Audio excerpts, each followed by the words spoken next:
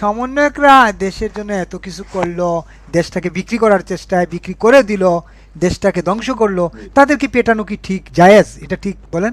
তাও আবার জুতা পেটা করা। ধন্যবাদ আপনাকে। সেই সাথে আমাদের সাথে রয়েছেন বিজ্ঞ আলোচক, আহ, আইনজীবী এবং বিশ্লেষক, এবং আপনার সেই সাথে আপনার দর্শকদের অনেক অনেক শুভেচ্ছা। এখন আপনি তো আমার বিপদে ফেলাইছেন যে আমি হলাম সমন্বয়কদের ভাতিজা, ভাবির পোলাদের চাচা। তো যেভাবে বেইজ্জতি করা শুরু করছে, আমি এখন আর আগামী যেভাবে জুতা পেটা শুরু করছে, আমি এখন আর বলবো না আর আমার ভাবির পোলা, এটা বললে বেইজ্জতি হয়ে যাব। আমি মা পোসাই দোয়া চাই, 1 তারিখ থেকে আমি আর এদের কারো চাচা না, ঠিক আছে? আমি আর এদের চাচা না। কারণ এইভাবে জুতা পিটা যদি করে জনগণ, তাও আবার অফিসের ভিতরে গিয়ে মানে কি বলতেছে আর কি না বলতেছে, মানিজ্য তার থাকলো না, বুঝতে পারছেন? এতদিন ভাবির পোলারা ক্ষমতাবান ছিল, মহা ক্ষমতাবান, তাই মাঝে মধ্যে একটু যখন বলতাম আমার ভাবির পোলা, একটু ইজ্জত মনে হইতো যে আমার ইজ্জত, মানে আমার আমার পশ্চাৎ দেশ ফুলে পাউরুটি হয়ে যাইতো, ময়মনসিংহে পাউরুটি। তো এখন যেভাবে পেটানো শুরু করতেছে, তাও জুতা দিয়ে, মানে ক্ষমতায় থাকতে আমার ভাবির পোলাদের যেভাবে পেটানো হচ্ছে, কয়দিন পরে তো আমাদের আসিফ সারকো এইভাবে পেটাবে। আর তারপরের কয়দিন দেখা যাবে যে আমার ভাবির পোলা 6টা আসনের অনুরোধের আসরে তাদের পেটানো শুরু করবে। অলরেডি আমরা শুনে ফেলেছি যে একজন ডিসি নাকি বলেছে 25 কোটি টাকা নিয়ে নিছে। যাই হোক, এই ধরনের বদনাম ছড়ানো হচ্ছে আমার ভাবির পোলাদের বিরুদ্ধে। তো এটা আসলে বেদনাদায়ক। তো দেখা যাক কি হয়। তো জুতা পেটা কেবল উদ্বোধন করলো কেউ না কেউ। আমার মনে হয় এখন তাদের তাদের আবার দল, সেই দলের আবার কেন্দ্রীয় নেতা তেলাপোকা একটা পাখি, আমার ভাবির পোলাদের দল একটা দল, সেই দলের আবার 6 জন এমপি। মানে আমি ভাবতে পারি না আমরা কোন দেশে বাস করি। ভাবির পোলারা যদি এমপি হয়, তাহলে তো আমার তো দেশের প্রধানমন্ত্রী হওয়ার কথা। মানে ভাবতেও তো পারতেছি না যেগুলো ঘটনা দেশে হইতেছে কি। তাই তার উপর আবার জুতার বাড়ি। এইভাবে আপনারা বেজ্জতি করেন না আমার ভাবির পোলাদের, কারণ তাদের একটা মান সম্মান আছে। তার আগে থাকতো শিবিরের মেসে, চলতো লোকাল বাসে, এখন 5 স্টার হোটেলে গিয়ে তার হাঁসের মাংস খায়, তারা সেখানে তেলাচোরা ভাজা ভাজা খায়, কাঁকড়া ভাজা খায়, কত কিছু খায়, আরো কত কিছু শুনি। আবার পাটোয়ারি আমার আমার এক ভাবির পোলা আছে, শুনেছি সে নাকি পাউরুটি আর কলা বিক্রি করে সে ডারবি সিগারেট খাইতো। এখন সে মোটামুটি কি আর, যাই হোক, এগুলো ঘরের কথা, পরে জানাতে দেওয়া যাবে না। আমি যদি বলি তাহলে বদনাম আরো বেশি হবে। আচ্ছা, হলো তারা আমার ভাবির পোলা। তো তারা যা শুরু করেছে, মাসাল্লাহ জুতার বাড়ি না, কয়দিন পরে যে আরো কি কি জুটবো সেই জন্য অপেক্ষা করেন। আমি পরবর্তীতে আবার আমাদের বিশেষজ্ঞের আলোচনার পর আপনার সাথে যুক্ত হচ্ছি। আপনি এই অল্পতেই থেমে যাচ্ছেন, এটা তো বেশ লাগতেছে। আমার মনে হচ্ছে যে আপনি একটা ষড়যন্ত্র করতেছেন আপনার ভাবির পুলাদের নিয়ে কথা বলতে। এটা তো আপনি জি অল্পতেই জি থেমে জি। যাওয়ায় সেটা আমি তো মনে করতেছি হ্যাঁ তাই।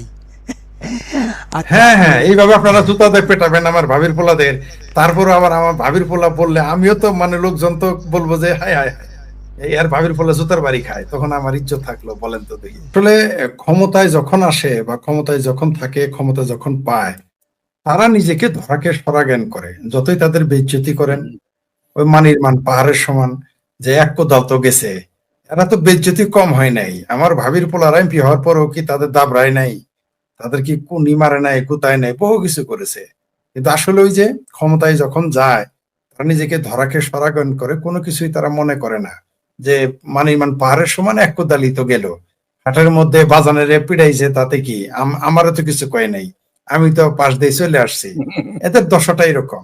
আমাদের তৃতীয় বিশ্বের সমস্যা হচ্ছে যখন যারা, মানে অনির্বাচিত হয়, মানে অনির্বাচিত বলতে যারা, মানে অর্জিত যোগ্যতা নয়, আরোপিত যোগ্য হিসেবে প্রতিষ্ঠিত হয়, তারা নিজেকে যা ইচ্ছা তাই মনে করে।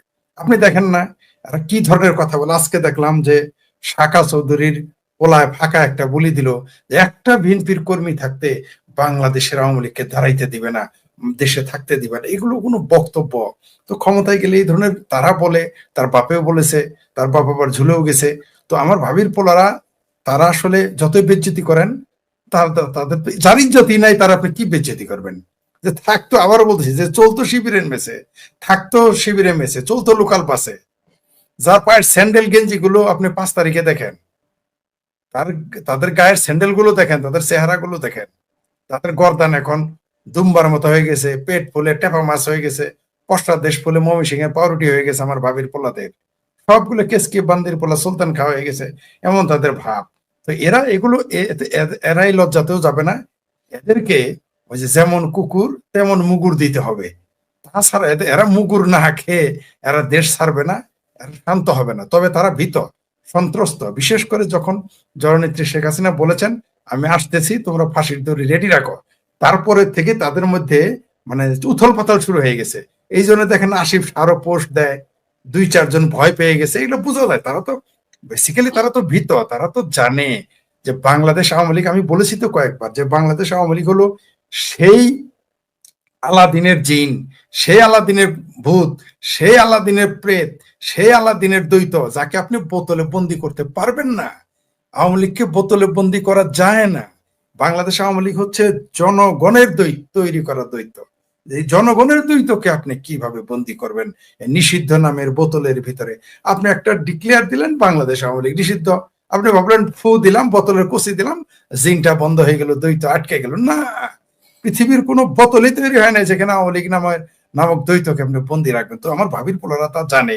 আপনি দেখেন না, যখনই শেখ হাসিনা এই ঘোষণা দিলেন, আর দেখবেন যখনই একটু চাপ পড়ে আওয়ামী লীগের পক্ষ থেকে, তখনই দেখবেন বিদেশে যাওয়ার জরুরত এদের বেড়ে যায়, হঠাৎ করে দেখবেন জরুরত বেড়ে যায়।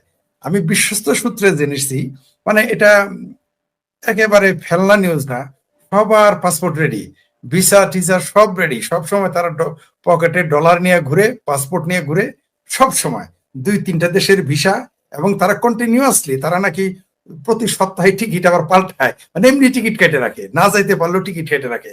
এরকম খবরও শুনলাম যে তাদের পকেটে অলওয়েজ পাসপোর্ট রেডি থাকে, ভিসা কয়েক দেশের আছে, এক দেশে না দিলে আরেক দেশে যাবে, টিকিট কাটার মতো সবসময় 2-4টি টিকিটও কাটা থাকে, আবার ডলার পাউন্ড পকেটেই থাকে, বুঝছেন? যে ডলার পাউন্ড পকেটে থাকে, যখন তখন পালাবে। কিন্তু আমার ভাবির পোলারা জানে না, এরা কিন্তু বাংলাদেশের জনগণ এবার একেবারে বিসমিল্লাহির রহমানির রহিম বলে আগে কিন্তু এয়ারপোর্টটা দখলে নিবে।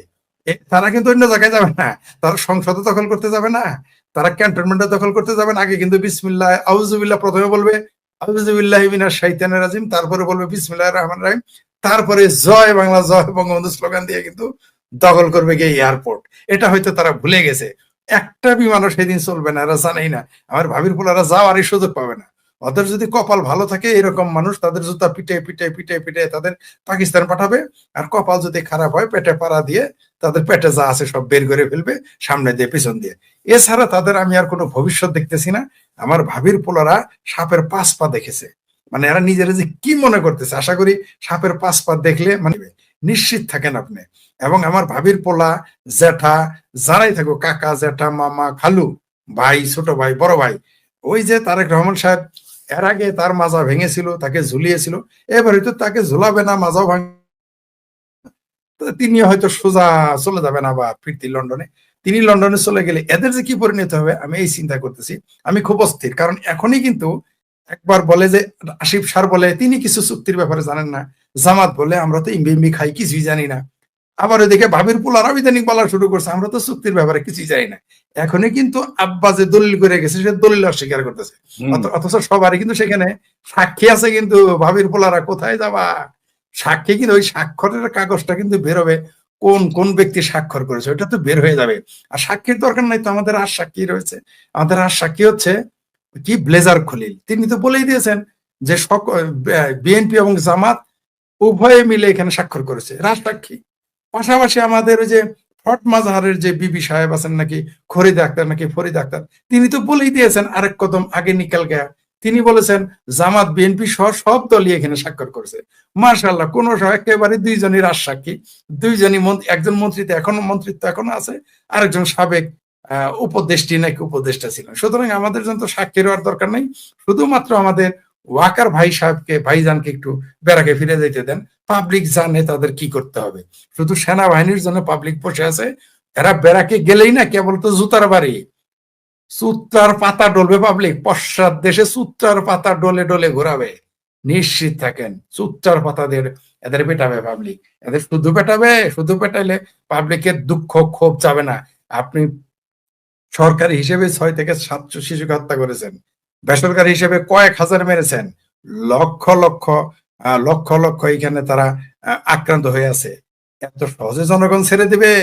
সবাই ছেড়ে দিলেও এই যে যাদের সন্তান হামের টিকার অভাবে মারা গেল, এই মা বাপদের আপনি কিভাবে ঠেকাবেন? এই মা বাপদের আপনি কিভাবে গুলি করে ঠেকাইতে পারবেন? সন্তান হারানোর যে কি বেদনা, যার সন্তান হারিয়েছে তিনি বুঝেছেন। আর এই বেদনার বহিঃপ্রকাশ ঘটবে যখন ভাবির পোলাদের যে পৃষ্ঠপোষক, ভাবির পোলাদের যিনি রক্ষাকর্তা ওয়াকার সাহেব ব্যারাকে যাবেন। কোনো কিছুই খাটবে না। আপনি শেখ হাসিনা, আওয়ামী লীগ, আপনি আমি মিলে যদি এদের বুঝাই, রক্ষা করতে পারবেন না, পারবেনই না। এরা হামের শিশু হত্যার কারণে এদের জীবনের শেষ পেরাকটা তারা মেরে ফেলেছে। আর এদের কেউ রক্ষা করতে পারবে না। এছাড়া অর্থনীতি, রাজনীতি, চাকরি, ব্যবসা বাণিজ্য তো এরা ধ্বংস করছেই, সেই হিসাব আলাদা। এই যে নগদে যে শিশু হত্যা, এই দায় আপনি এড়াতে পারবেন না। না ইউনূস এড়াতে পারবে, না নূরজাহান বেগম এড়াইতে পারবে, না বিএনপি এড়াইতে পারবে, না জামাত এড়াইতে পারবে। যতই সুদূর বুদুর করুক, কেউ কাউকে ছাড়বে না। দিন শেষে সবাই কি বলবে জানবেন? এরা বলবে আমরা কিছুই জানি না। ইউনূস বলবে আমি তো কিছুই জানি না, আমার ডেকে নিয়ে আসছিল। মানে এক চোরা আর এক চোরার, এক ডাকাত আরেক ডাকাতের দোষ দিবে। তো মাশাআল্লাহ, তখন এক চোরা আর এক চোরা সাক্ষীতেই তারা ফাঁসিতে ঝুলবে।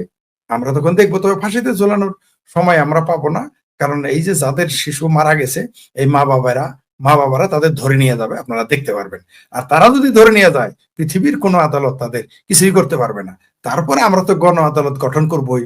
সম্ভবত আমাদের সেই গণ আদালতে আমাদের আইনজীবীও থাকবেন আশা করতেছি। আশা করি আমরা গণ আদালত ডাক দিলে তিনি আমাদের সাথে থাকবেন। গণ আদালত আমরা এদের বিচার করবে, শুধু আদালতে এদের বিচার করলে চলবে না। এখন এখন মামুনুল হকের ইসলামী জজবা জেগে ওঠে না। এখন সামরানাই পীরের ইসলামী জজবা জেগে ওঠে না। এখন জামাতের ইসলামী জজবা জেগে ওঠে না। এখন বিএনপির ইসলামী জজবা জেগে ওঠে না। স্বাধীন বাংলাদেশ এবং মোটামুটি বাংলাদেশ এখন পূর্ব পাকিস্তান হয়ে গেছে। সেই ইসলামী পূর্ব পাকিস্তানে 98% তাদের ভাষায়, আমার ভাষায় না, 98% তো তৌহিদি জনতার দেশে কোরবানি দিতে দিচ্ছে না। ভারতে কোরবানি দিতে দিল কিনা, গাজায় কোরবানি দিতে দেয় কিনা, এর জন্য পাবলিকের মগজ ভাজা ভাজা করে ফেলে। কিন্তু বাংলাদেশে টাঙ্গাইলে যে মুসলমান কোরবানি দিতে পারলো না, এই ব্যাপারে কিন্তু তাদের টু শব্দটি এখন নাই। কিন্তু আগামীতে যদি এইরকম ঘটনা ঘটে যে জামাতের কোন লোকের কুরবানি দিতে দেওয়া হয় নাই, তাহলে মোটামুটি এই বিচার সৌদি আরবের মক্কা মদিনা পর্যন্ত চলে যাইত। কিন্তু এখন যেহেতু এটা আওয়ামী লীগের বেলায় ঘটেছে, কোনো সমস্যা নাই। আমি বলেছি তো, বাংলাদেশে ইসলামী জজবা আওয়ামী লীগ থাকলেই ক্ষমতায়। এই জন্য আওয়ামী লীগ ক্ষমতায় থাকা দরকার, কারণ বাংলাদেশে আওয়ামী লীগ ক্ষমতায় থাকলে ইসলামী জজবা ঠিক থাকে, গণতান্ত্রিক জজবা ঠিক থাকে, বামপন্থীদের আন্দোলনের জজবা ঠিক থাকে। এই জন্য কিন্তু চাই আমি আওয়ামী লীগ ক্ষমতায় থাকুক। কারণ আওয়ামী লীগ ক্ষমতায় না থাকলে দেখেন ইসলামী জজবাও জাগে না, তারপরে গণতন্ত্রের জজবা জাগে না, সমাজতন্ত্রের জজবা জাগে না, কোন চেতনার জজবাই জাগে না। সেই জন্যই তো আমি দোয়া করতেছি আওয়ামী লীগ ক্ষমতায় থাকুক, এর আন্দোলন করুক। এখন দেখেন, এখন আর ইসলামী চেতনা নাই। ইসলামে কোরবানি দেওয়া মুসলমানের, সচ্ছল মুসলমানের জন্য ওয়াজিব, অর্থাৎ মুসলমানের একটা ওয়াজিব কাজে বাধা দিয়েছে। এখন ইসলাম খতরেমে পড়ে না। কিন্তু জামাতের একটা লোকের যদি বলাৎকারের অভিযোগে 2-4টা শহর থেকেও দেয়, সেটা কিন্তু ইসলাম খতরেমে হয়ে যাবে। আপনি দেখেন ব্রাহ্মণবাড়িয়াতে বনলতা এক্সপ্রেস সিনেমাটা আজকে নিষিদ্ধ করে দিয়েছে, ইসলাম খতরেমে হয়ে গেছে ওই সিনেমাতে। কিন্তু মাদ্রাসায় বলাৎকার করলে ইসলাম খতরেমে যায় না, কারো কুরবানি বন্ধ করলে ইসলাম খতরেমে যায় না। এমনকি আপনি দেখেন না, এই আমলে, এই ইউনূসের আমল, বিএনপির আমলে মসজিদে যতবার মারামারি হয়েছে, এখন ইসলাম খতরেমে পড়ে না, মসজিদও খতরেমে যায় না। আর শেখ হাসিনা মসজিদ বানাইলেও ইসলাম খতরেমে যায়। শেখ হাসিনা বাংলাদেশে 560টা মসজিদ বানাইলেও ইসলাম খতরেমে থাকে। যে হেফাজতীদের সার্টিফিকেট দিলেও ইসলাম খতরেমে থাকে। বামপন্থীরা তো শেখ হাসিনার এতই দুষতেছে যে মৌলবাদীদের নাকি তিনি টাকা পয়সা দিয়েছেন, জমি দিয়েছেন, বাড়ি দিয়েছেন, ঘর দিয়েছেন, সনদ দিয়েছেন, তারপরেও শেখ হাসিনার দোষ, তখনও ইসলাম খতরেমে পড়ে। কিন্তু এখন ইসলাম খতরেমে না, এখন সব ঠিক আছে। কারণ কি, ওই যে, কারণ আসলে তাদের প্রবলেমটা হচ্ছে আওয়ামী লীগ। ইসলামের খতরা মিথ্যা কথা, তারপর দেশপ্রেম মিথ্যা কথা, গণতন্ত্র প্রেম আরো মিথ্যা কথা, কোটা না মেধা এটা আরো ঠাড়া বড়া মিথ্যা কথা। ভাবির পোলারা কোটা না মেধা কয়ে কয়ে আসলো, আমার ভাবির পোলারা তারাই 63% কোটা নিল। আমার ভাবির পোলারা 25 লাখ টাকা করে তাদের দেওয়া হচ্ছে, যারা প্রবাসে ছিল, দেশে না, যারা আন্দোলন করতে প্রবাসে ক্ষতিগ্রস্ত হয়েছে, তারা 25 লাখ টাকা করে পাবে। চিন্তা করে দেখেন, এটা বুঝি কটা না। আর মুক্তিযোদ্ধারে 22,000 টাকা বেতন দিলে আমার ভাবির পোলাদের শরীর চলে যায়। যাকে এক কাম ভালো হয়েছে, আমরাও প্রবাসে থাকি আর আত্মগোপনে থাকি, শিখাই দিছে 25 লাখ টাকা করে, অন্তত বিমান ভাড়ার খরচ গুলো পাবো আর কি। এটা আশাবাদী হইতে পারে, কারণ আগের আলো যে দিক দিয়ে যায়, পিছের আলো দিক দিয়ে যাবে। তাই এইবার যদি 25 লাখ টাকা দেয়, যত দেরি করে আওয়ামী লীগ যদি তার কর্মীদের 50 লাখ টাকা করে দেয়, এটা তো না যায় যাবে না। তখন তার ভাবির পোলারা, জামাতারা, হেফাজতরা, বিএনপিরা বাধা দিতে পারে, আমার জন্য উপকারী করছে। আমি দোয়া করি ভাবির পোলারা এরকম দুই একটা স্কিম নেওয়া আমার জন্য যাতে সুবিধা হয়, আমরা যারা ক্ষতিগ্রস্ত হয়েছি কিছুটা যেন ভর্তুকি পাই, দোয়া করতেছি আর কি। তারপর আবার জাদুঘর বানাইছে আমার ভাবির পোলারা, আমরা ওইরকম একটা জাদুঘর বানাবো, নতুন জাদুঘর বানাবো, পুরান তো আমাদের থাকবেই, আমরা নতুন নতুন জাদুঘর বানায়। তারপরে যে ভাবির পোলা দেখেন, পেটে ছিল না ভাত, পিঠে ছিল না খাল, মানে ভালা কাপড়, ভাবির পোলা 25 কোটি টাকা নিয়ে চলে গেছে ডিসির কাছ থেকে। ঠিক আছে, এখন ডিসি ডরের চোটে কইতেছে আমি তো বলি নাই আপনি খাইছেন, আমি বলেছি আপনি উন্নয়নের জন্য নিয়েছেন, ডিসির তো বাঁচতে হবে। তো পাবলিক যা বুঝাতে তো বুঝে গেছে, পাবলিক তো বোকা না, সমাজদারকে ইশারাবেই কাফি, ডিসি সাহেব তো বলবে আমি তো বলি নাই আপনি খাইছেন উন্নয়নের জন্য, উন্নয়নের কথা বলেই তো খাবে। তো যাই হোক, আমাদের ভাবির পোলার এখন 25 কোটি টাকা খাওয়া শিখে গেছে, কোনো সমস্যা নাই। তো পাবলিক এগুলো মনে রাখতেছে, জনগণ মনে রাখতেছে, হিসাবও রাখতেছে, প্রকৃতির প্রতিশোধ আছে, আকাম কুকামেরও প্রতিশোধ আছে, একটা কিছু হবে। আমাদের এলাকায় একটা গল্প আছে, মানে যখন কেউ কিছু অনির্ধারিত হলে সাধনা বাড়ির পিছনে একটা কিছু একটা না একটা কিছু হবে।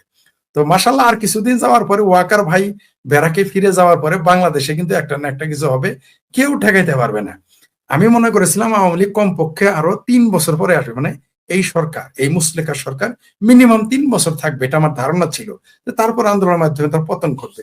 কিন্তু ভাবির পোলারা যে সমস্ত খাসিলত শুরু করে দিছে, যেভাবে জুতা খাওয়া শুরু করেছে, মানুষ হাসতেছে এখন।